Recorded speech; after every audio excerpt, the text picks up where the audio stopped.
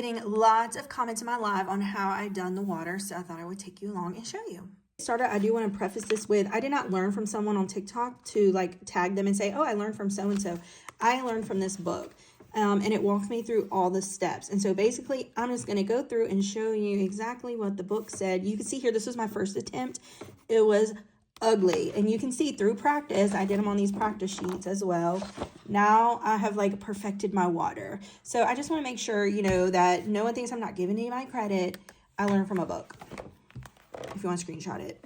First part of this is picking your colors. All you need is 3 shades, like darkening in color. So I'm going to start with the Frost, then the Cotton Candy Blue, jump down, and then jump down and do the Pool Blue. You're also going to want an acrylic pen or gel pen to do the water foam on top. I'm going to start with my darkest shade on the outside and then move towards the inside using my lightest shade.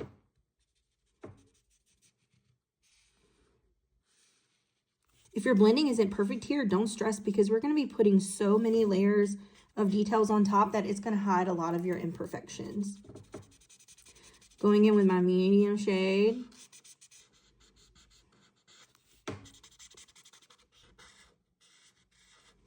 And now transitioning to my lightest shade.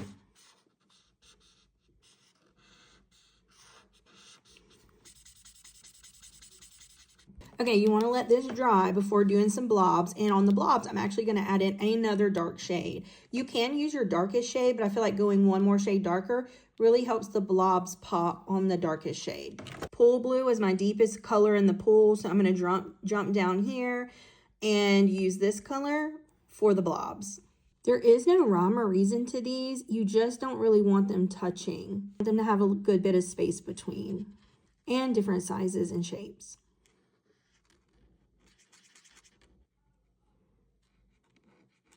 This is where the magic happens. We're going to add that white layer on top. I suggest using a thicker acrylic pen like the Gravy with this 0.7, where it's going to be, if it's too thin, it's not going to give that good foamy texture. And just a heads up, it uses a lot of white ink. So I have a little Gravy graveyard going on right now.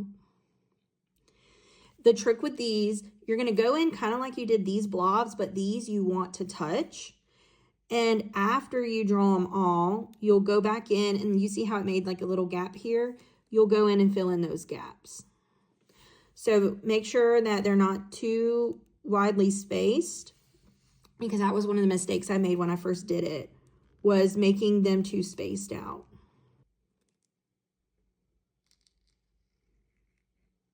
Now we're going to go in and fill in all these spaces in between.